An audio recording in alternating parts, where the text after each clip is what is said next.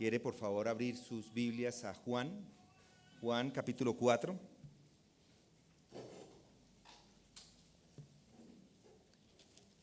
Ahí donde nos encontramos, y vamos a iniciar con una oración, si les parece. Por favor, incline su rostro. Padre Santo, hoy nos acercamos a ti a clamar por entendimiento, a pedirte por guía, por dirección, por una transformación que se haga en la vida de cada uno de nosotros. Señor, toma mis palabras y úsalas para que seas tú el exaltado, el honrado, que para toda la honra y toda la adoración llegue hacia ti, Señor. Esa es nuestra oración en este día. Te pedimos esto en el nombre de tu amado Hijo Jesucristo. Amén. Vamos a regresar a esta sección y vamos a leer desde el principio para entender un poco de forma global todo lo que hemos estado tratando y para poder tener el contexto. Capítulo 4, versículo 1 dice: Por tanto, cuando el Señor supo que los fariseos habían oído que él hacía y bautizaba más discípulos que Juan, aunque Jesús mismo no bautizaba sino sus discípulos, salió de Judea y partió otra vez para Galilea. Y tenía que pasar por Samaria.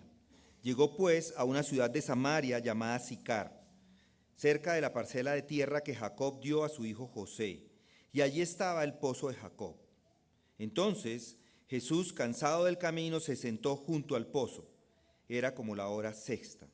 Una mujer de Samaria vino a sacar agua y Jesús le dijo: dame de beber, pues sus discípulos habían ido a la ciudad a comprar alimentos. Entonces la mujer samaritana le dijo: ¿cómo es que tú, siendo judío, me pides de beber a mí, que soy samaritana? Porque los judíos no tienen tratos con los samaritanos. Respondió Jesús y le dijo: si tú conocieras el don de Dios y quién es el que te dice, dame de beber, tú le habrías pedido a él y él te hubiera dado agua viva. Ella le dijo: Señor, no tienes con qué sacarla, y el pozo es hondo. ¿De dónde pues tienes esa agua viva? ¿Acaso eres tú mayor que nuestro padre Jacob, que nos dio del pozo del cual bebió él mismo y sus hijos y sus ganados?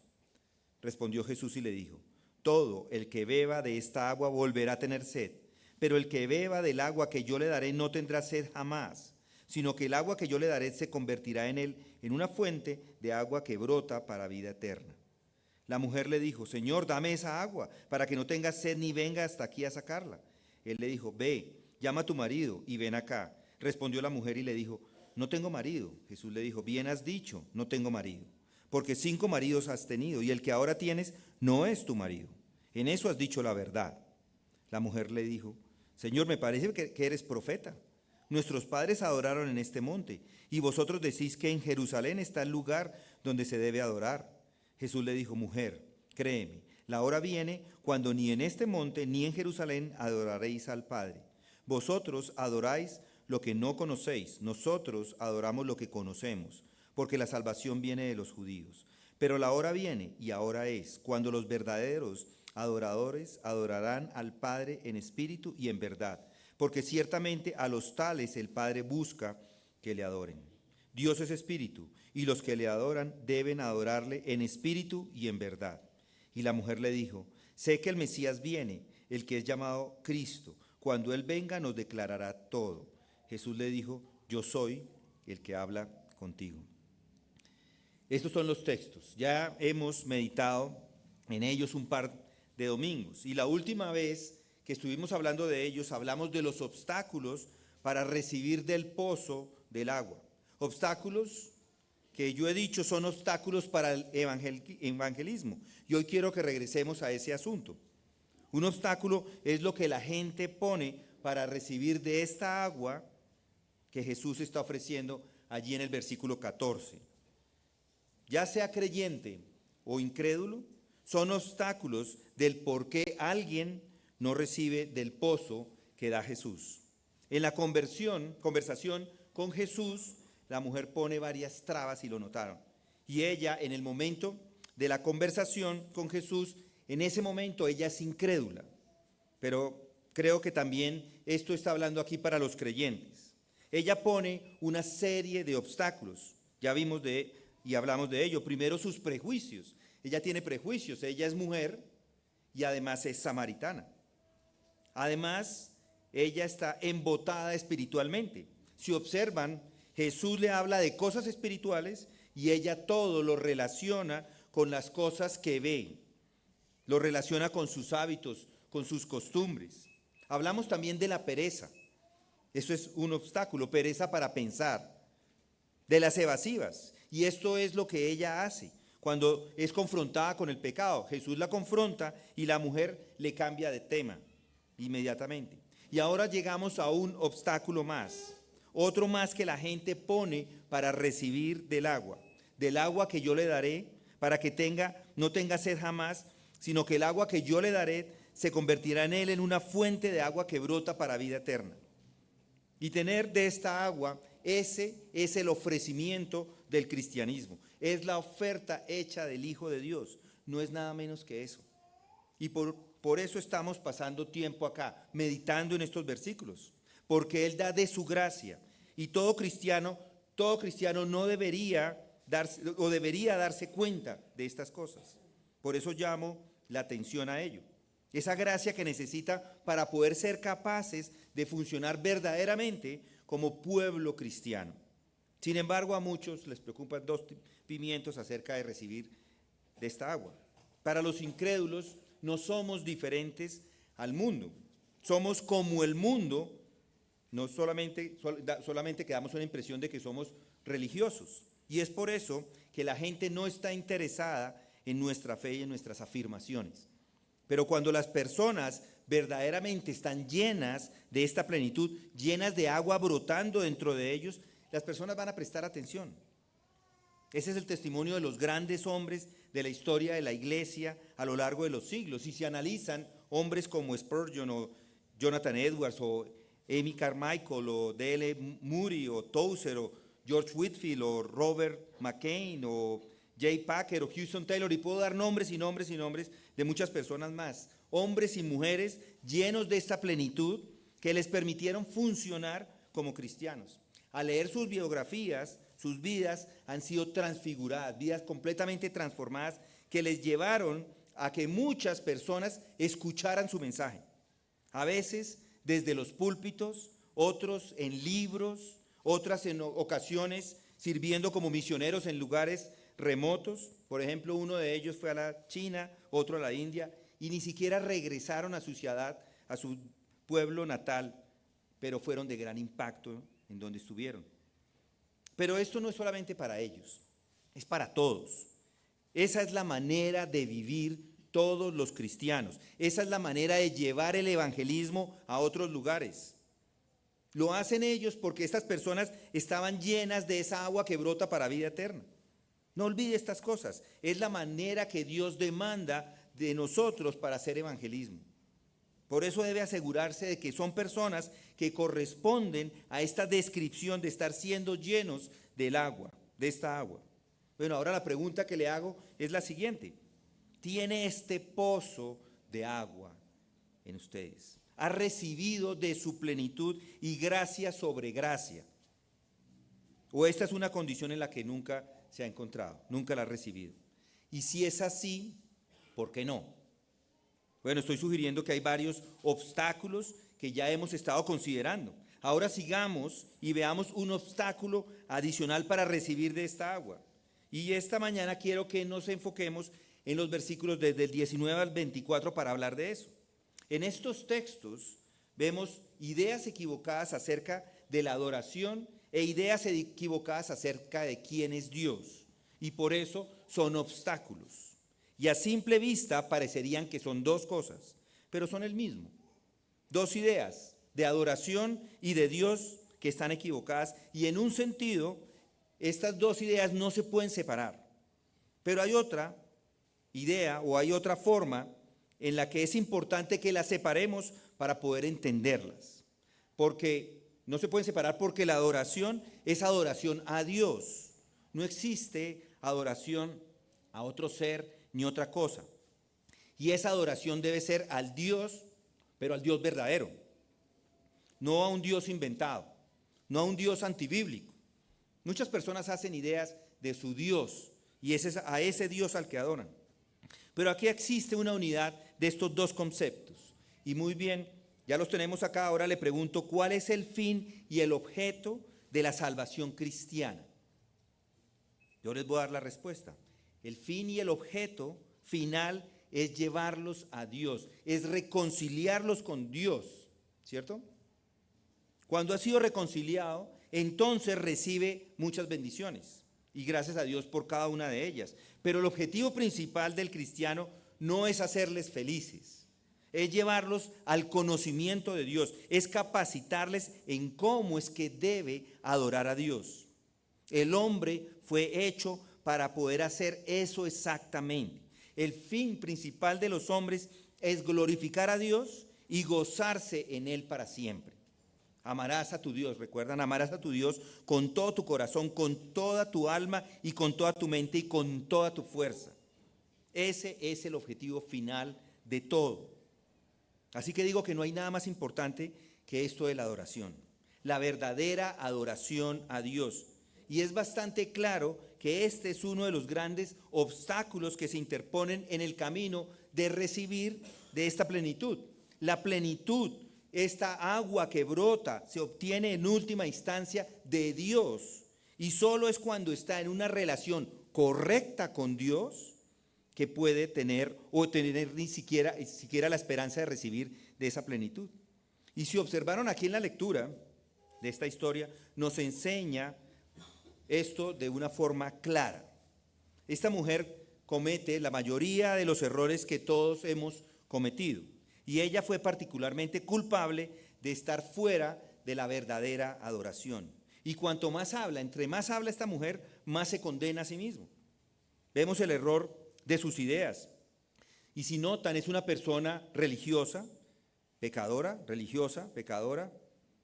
preocupada por la adoración, pero pecadora, preocupada por la adoración porque ella misma es la que inicia la conversación acerca de la adoración. Noten el versículo 20. Nuestros padres adoraron en este monte, y vosotros decís que en Jerusalén está el lugar donde se debe adorar. Ella está interesada en empezar a hablar de adoración y tiene su punto de vista y tiene sus ideas con respecto al Dios que debe ser adorado.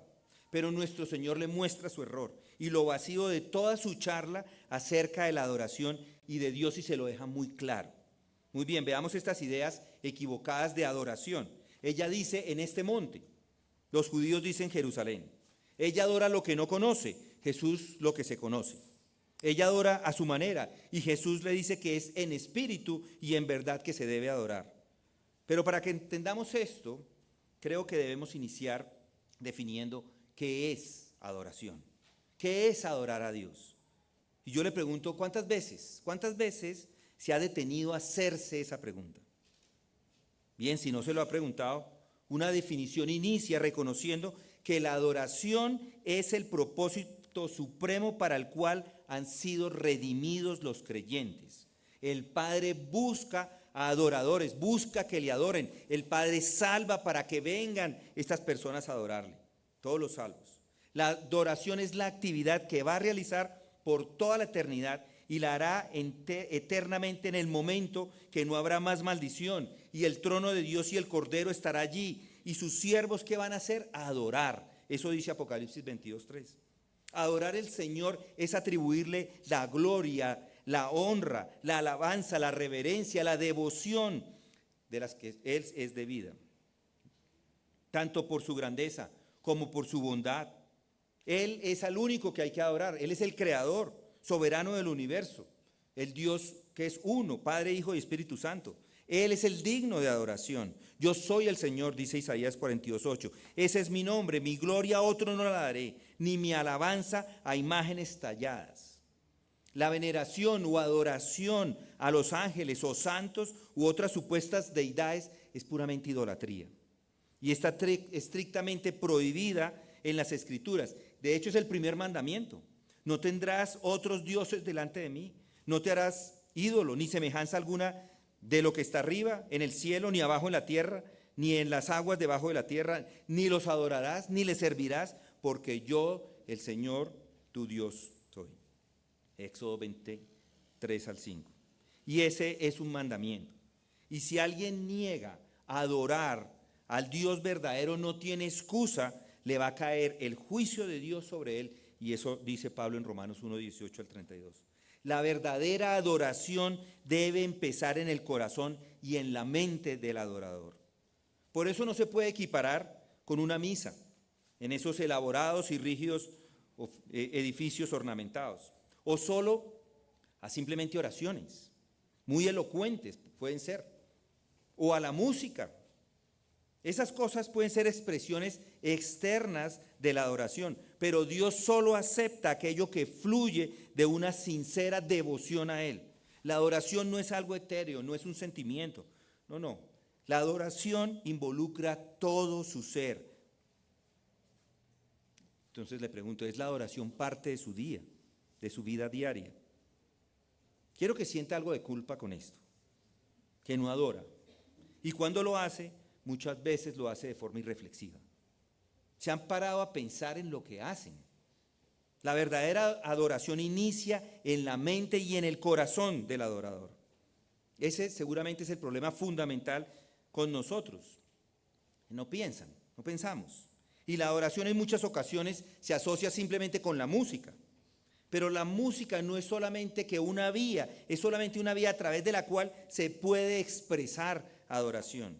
La adoración incluye la oración, las expresiones de alabanza, de agradecimiento, como dice Hebreos 13:15, el servicio por amor a Cristo.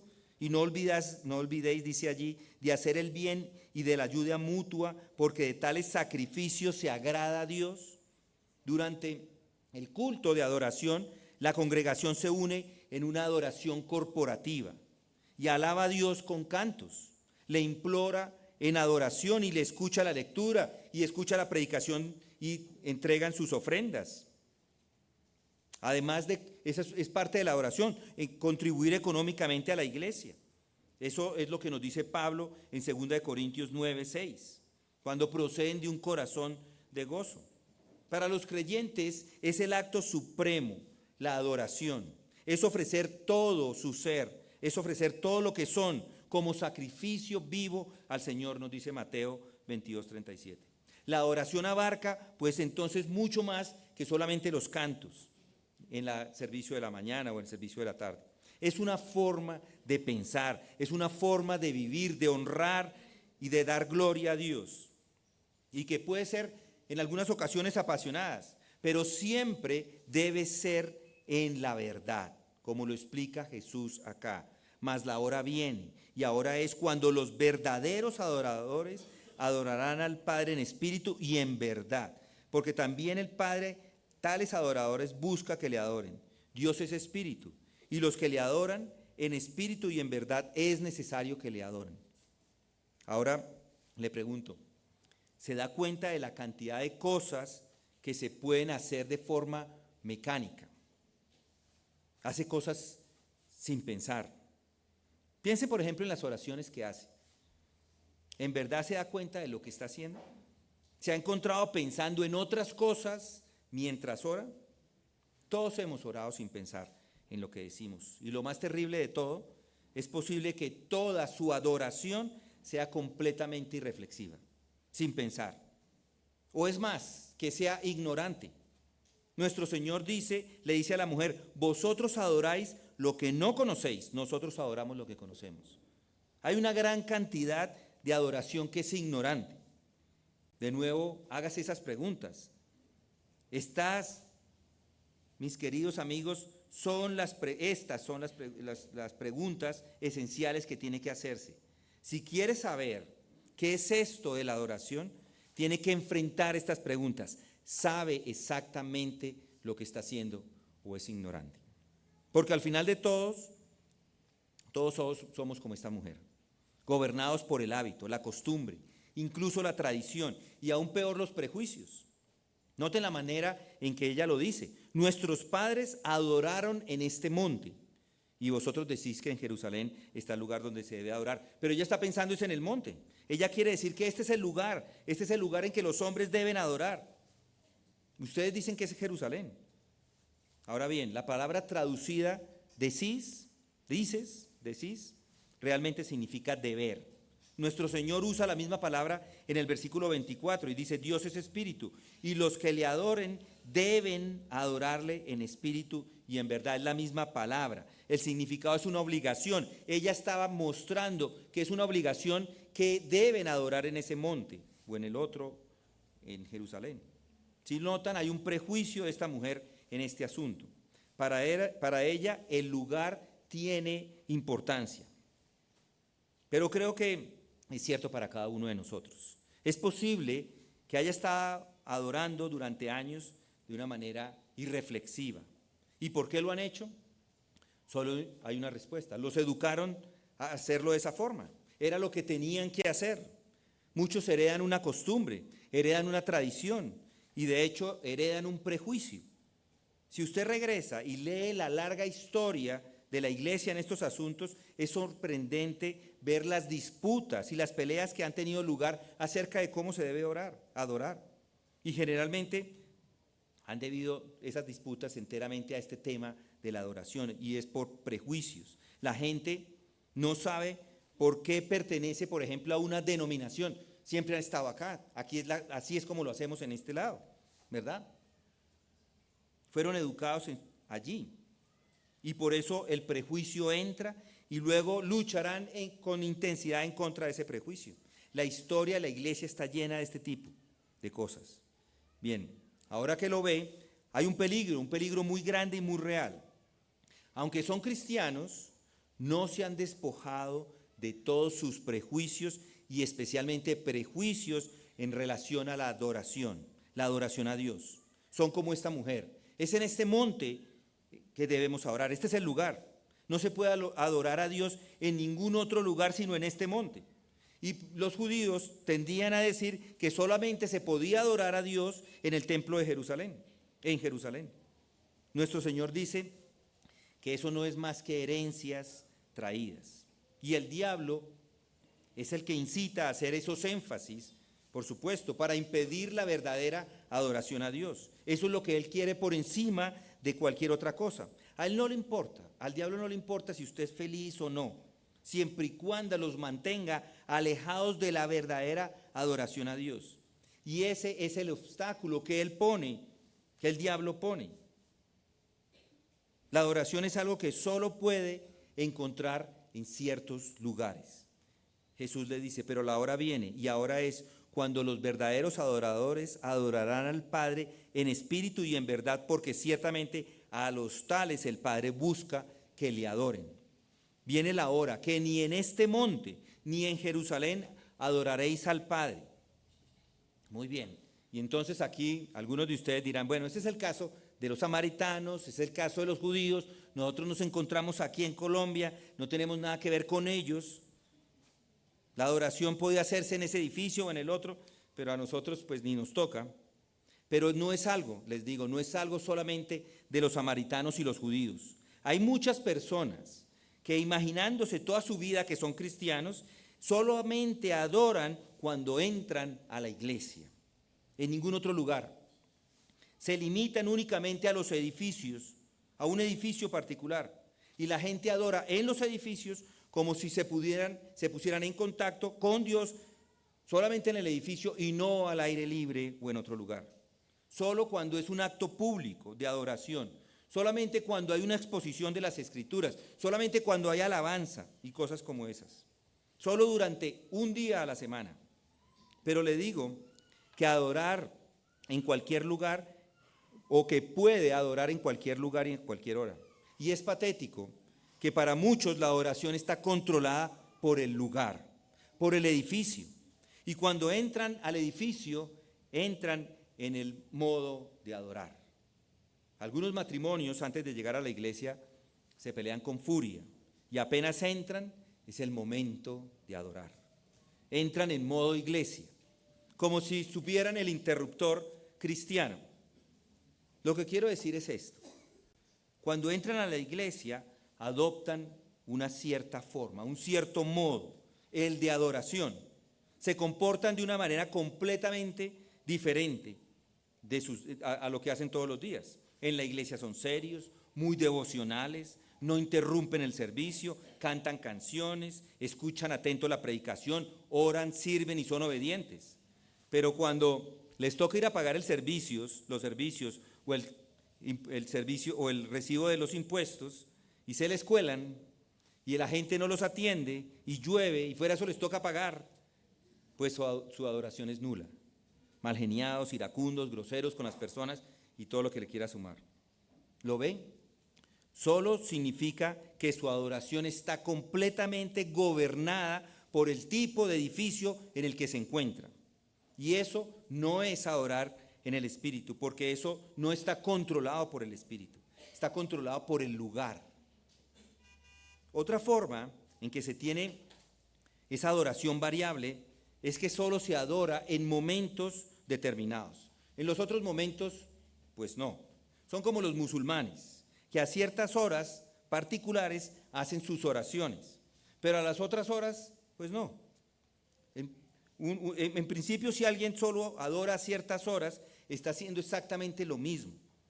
La adoración debe ser continua, no solo en algún momento, un momento de su día que dedica a las oraciones y ya está. Eso no es una noción bíblica de adoración. Eso es solo orar a ciertas horas. Y eso no es más que un hábito que ha adquirido, que ha desarrollado. Hay ciertas cosas que todos hacemos como hábitos. Se lavan, se levantan por la mañana, entran al baño, se bañan, se cepillan los dientes y oran.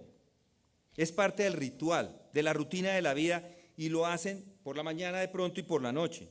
Ahí está, pero no lo hace más. Solo en tiempos establecidos, no en otro momento. En otras palabras, toda esta concepción de adoración se vuelve algo mecánico. Es cuestión de cumplir con un deber. Y de hecho sus propios hábitos lo demuestran. Si usted lo revisa, lo demuestran. Y eso no es adorar. Eso es impersonal. Eso es algo extra que hace en el día. Y es frío y no tiene ningún valor, no tiene vida. No hay realidad en esa adoración. Entonces no sería verdad decir que muchos adoran solo de forma mecánica. Piénselo.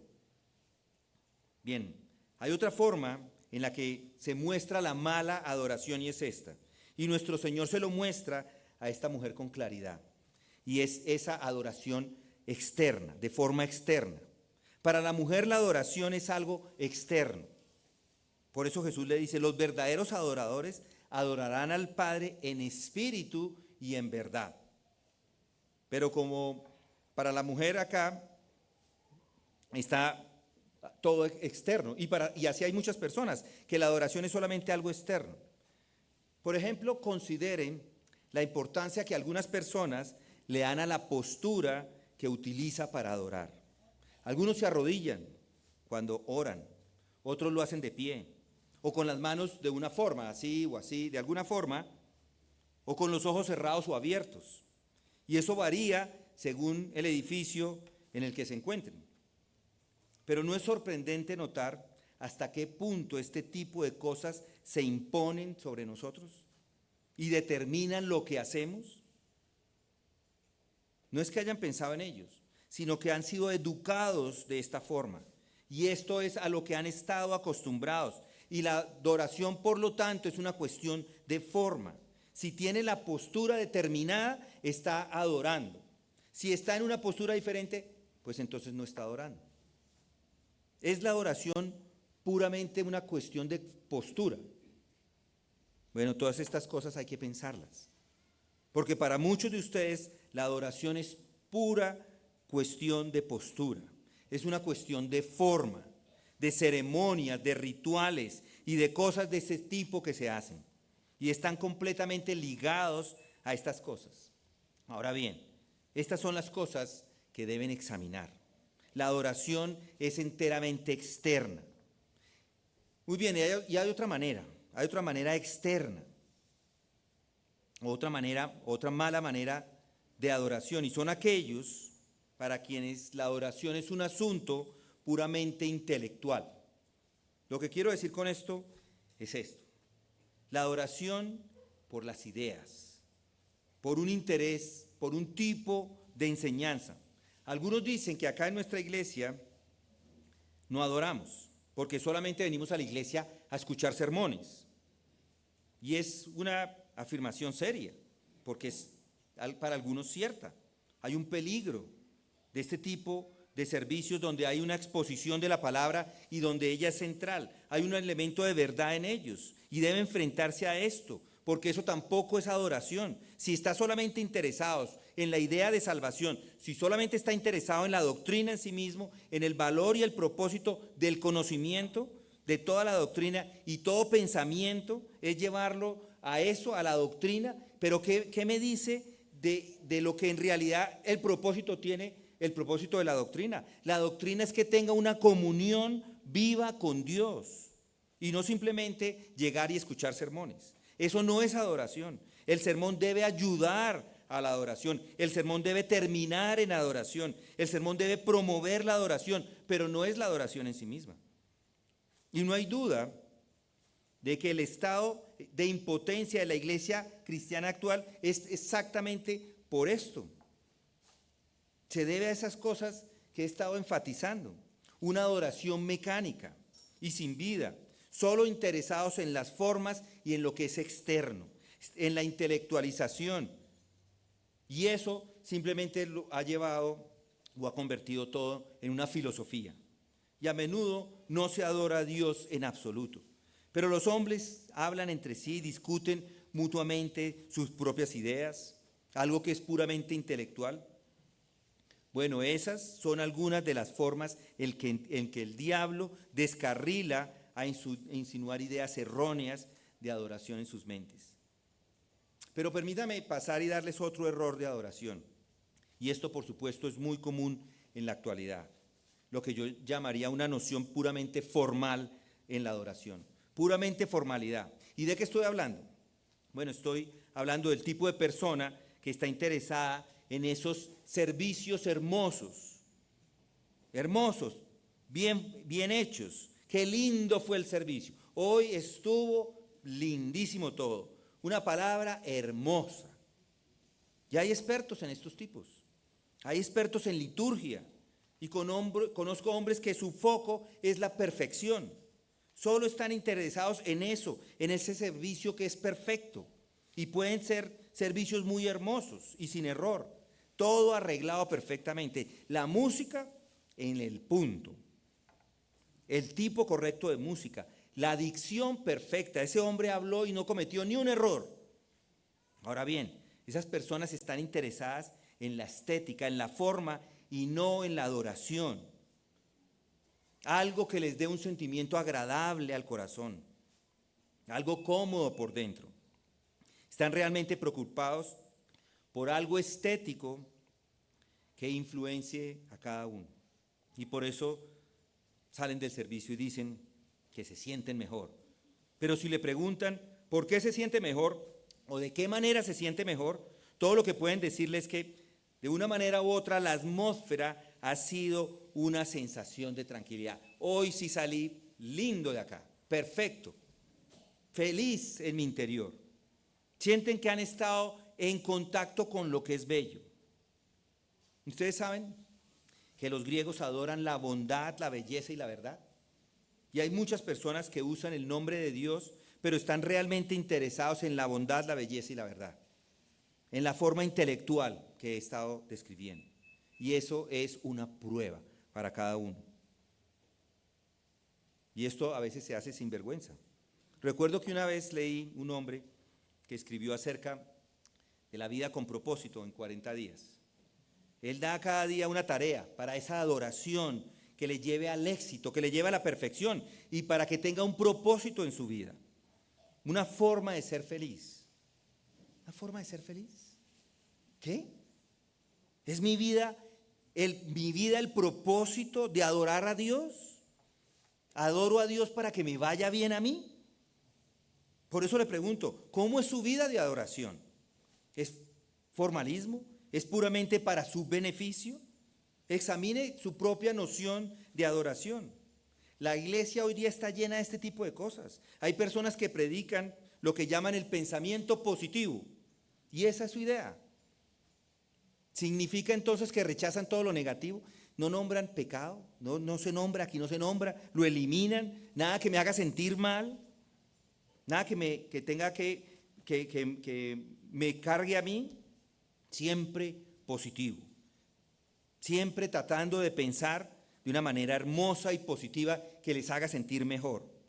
Y eso es considerado como la adoración de Dios. Es como una elevación moral. Y esas cosas son tremendamente populares y son consideradas como verdaderamente cristianas hoy día. Pero la pregunta que surge ¿es eso adoración? ¿Están haciendo estas personas algo, por el contrario, como un tratamiento psicológico para ellos? Y por supuesto, el tratamiento psicológico puede hacerles sentir mejor. Por supuesto que sí. Es una tontería decir que no puede. La pregunta vital es, ¿qué es lo que le preocupa? ¿Sentirse mejor o venir a la presencia de Dios y adorarlo en espíritu y en verdad? Y luego, permítame resumirlo todo diciendo que el peligro que todos enfrentamos es el peligro de abrazar la religión y confundir la religión con la verdadera adoración, con la alabanza y la adoración a Dios. Hay tantas iglesias en Colombia hoy día. Hay una iglesia cercana, muchos asistentes, un servicio perfecto, gente adorando, levantando manos, escuchando lo que se dice. Pero la pregunta que hay que hacer, ¿es eso adoración? ¿Están adorando? ¿Vinieron a adorar a Dios o vinieron a adorarse ellos mismos? Bueno, esas son algunas formas en las que el diablo nos engaña y nos hace pensar cómo lo hizo con esta mujer samaritana. Piensan que están adorando a Dios, pero no. Por eso nosotros debemos ser verdaderos adoradores que adoramos en espíritu y en verdad. Mis queridos amigos, les pregunto de nuevo, ¿ha pensado alguna vez en estas cosas? ¿Se ha examinado a usted mismo? ¿Sabe lo que está haciendo? ¿Por qué vino? ¿Por qué vino esta mañana? Y luego permítame decirles, ¿quiere venir a adorar de forma verdadera o hay algo más? ¿Está pensando en usted o está pensando en que quiere adorar a nuestro Dios? Bien, en este momento ya hablé acerca de la mala adoración. Ahora permítame decir algunas palabras acerca de las ideas equivocadas de Dios.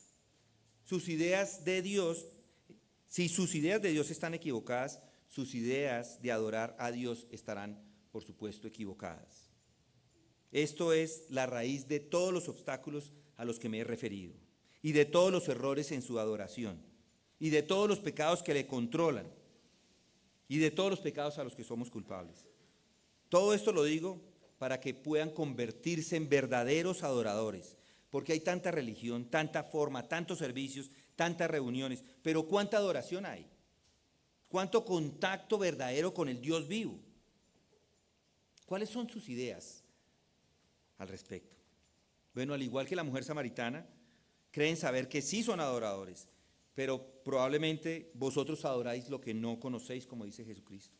¿Qué saben? ¿Tienen ideas equivocadas acerca de Dios? ¿Qué piensa acerca de Él? ¿Con qué frecuencia piensa en Dios? ¿No es esta la tragedia de algunos de ustedes? Dicen que siempre han creído en Dios. Yo siempre he creído en Dios. Y debido a que siempre he creído, pues no tengo que estudiar mucho porque yo ya lo sé. Ya me sé, no sé ni siquiera qué creo, pero yo creo en Dios. ¿Cuál es su Dios? ¿A quién adora? ¿Qué es lo que sabe acerca de Dios? En el momento en que se examinan a ustedes mismos, descubren que en sus ideas tienen a un Dios muy vago y a menudo bastante pagano. Para muchos no es más que una fuerza, un gran poder. Otros hablan de él sin vacilar como el fundamento del ser. Otros hablan como la idea filosófica absoluta. Esa es toda su noción de Dios. Y están dispuestos a menudo a pasar por todas las ceremonias, todos los rituales y todas las formas establecidas, pero hay en eso una contradicción. No hay relación. Y por eso las cosas son como son. ¿Qué es pensar en Dios? Hay algunos que piensan en Dios como creador, que ese está bajo la misma fuerza, es una fuerza creadora. Dios como este gran poder eterno que creó todo, pero es un Dios remoto, desconocido y que no se preocupa por nosotros. Y ese es el credo de muchas personas antes del despertar evangélico hace 300 años. Eso se llamaba el deísmo. Pero hay muchos deístas hoy día. Personas que creen en Dios, pero lo creen a Él como el creador, lo llaman el gran relojero que hizo el reloj, que le dio cuerda y que lo deja todo funcionando y se va. Un Dios, un gran creador, distante, frío y despreocupado. Y hay muchos que no tienen otra idea de Dios que no sea allí. Y luego hay otros cuyo sentimiento principal es de terror y de miedo. Estoy pensando en las personas que hacen sus oraciones con regularidad y van al culto, vienen a la iglesia, pero en el momento en que algo sale mal, ya sea con ellos o con sus seres queridos, o ocurre una calamidad, inmediatamente se vuelven contra Dios y lo culpan. Y tienen sentimientos de ira y odio con respecto a Él. Y es esa su idea de Dios. Piensan que Dios es uno así, al que hay que temer porque en cualquier momento toma las riendas y toma como si fuera una venganza con ellos. Es un poder ciego, un poder horrible. Y Dios se deleita en jugar con las personas. Son seres, los otros piensan que son seres indefensos y que Él les trae sufrimiento. ¿Es esa su idea de Dios? Y muchos de ellos son miembros de la iglesia y se consideran a sí mismos como personas adoradoras. Pero en un tiempo de crisis revelan sus pensamientos acerca de Dios. Tienen una serie de hábitos y costumbres y tradiciones con sus ceremonias y con su intelectualización. Y todo está bien, siempre y cuando no lleguen los problemas. Pero al momento que están en problemas, esta sí es la prueba. ¿Qué piensa de Dios entonces? ¿Qué siente en ese momento? Esa es la prueba, esa es siempre la prueba. ¿Qué es lo que piensa de Dios en ese momento? Lo que realmente, en ese momento lo que piensa es lo que realmente indica lo que siempre ha pensado acerca de Dios. Y hay muchos que son así. Dios es un ser terrible, que se eleva sobre ellos, por así decirlo, esperando para destruirles. Pero entonces tengo que ir directamente al otro extremo. Hay personas que son culpables de una familiaridad con Dios. Las personas que hablan de mi papito Dios amado. Y hablan con Él con tanta facilidad y ligereza y familiaridad y piensan que esa es la manera de adoración, de una adoración verdadera. Pero eso es tan erróneo como lo anterior. ¿Y por qué es malo? Bueno, porque la misma Escritura nos dice que debe acercarse a Dios con reverencia y temor piadoso. No solo en ciertos edificios, sino donde quiera que esté. Ya sea que esté en el llamado edificio o salón público o la iglesia, es el mismo Dios en cualquier lado donde esté. No varía su acercamiento a Él por las circunstancias en las que se encuentra. Se acerca con reverencia, se acerca con temor piadoso, porque nuestro Señor, nuestro Dios, es fuego consumidor. Hay personas que parecen considerar a Dios como un padre indulgente que siempre está listo para sonreírles. La gloria y la grandeza y la majestad de Dios nunca parecen haber entrado en sus compromisos, en su comprensión en absoluto. Y por último, hay personas que parecen pensar que Dios es como una agencia de ayuda. Toda su noción de Dios es muy mecánica. ¿Tiene una necesidad? Vaya a la máquina, meta su moneda, su necesidad, ofrezca su oración y saca lo que quiera.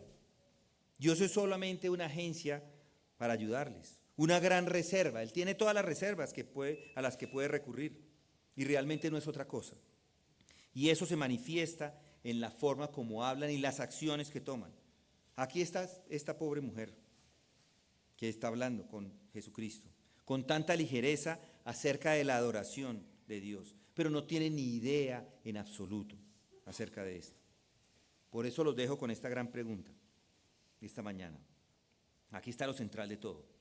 Cuando se pone de rodillas, ¿qué está haciendo? Cuando viene aquí a adorar en público, ¿qué está haciendo? ¿A quién vino a conocer? ¿Ha venido a encontrarse con alguien que es diferente de ustedes mismos o solamente quiere venir a que le hablen a su corazón? Si ha venido a encontrarse con Dios, ¿cuáles son sus pensamientos de Dios? Mis queridos amigos, si tan solo comenzara con el Dios vivo y se diera cuenta de que todo lo que tiene y todo lo que hace está y debe estar en relación con Él, dejará todo lo demás. Muchos ni le mencionan. Hay quienes que ni siquiera le oran. Para muchos es olvidado y es ignorado. La necesidad del momento, la necesidad de cada uno, personal de cada uno de nosotros, la necesidad de toda la iglesia es que conozcan a este Dios vivo y verdadero. Y esta es la vida eterna, que te conozcan a ti, Dios verdadero, y a Jesucristo a quien has enviado. Juan 17:3. Y la pregunta entonces es, ¿lo conoce? ¿Lo adora? Bien, si Dios quiere, trataremos de considerar el próximo domingo por la mañana lo que es adorar al Padre en espíritu y en verdad. Vamos a orar. Padre nuestro, Dios todopoderoso, Dios y Señor de esta tierra y de este cielo y de todo el universo, Señor. Hoy venimos a ti para no solamente reconocer tu grandeza, tu poder, tu magnificencia, Señor, sino venimos a honrar al que es por encima de todas las cosas, al Señor del universo, a reconocer, Padre, que tú eres el Santo, que nosotros simplemente somos unos pecadores. Nosotros simplemente, Señor, somos tu creación, pero tú eres el creador, tú eres el que sostiene todas las cosas con la palabra de tu poder. Y hoy venimos, Señor, exactamente a eso, a adorar tu nombre, a exaltar quién eres tú y lo que tú has hecho, inclusive a reconocer lo que has hecho por medio de tu Hijo Jesucristo. Gracias, Padre Santo, y esto lo oramos en su nombre. Amén.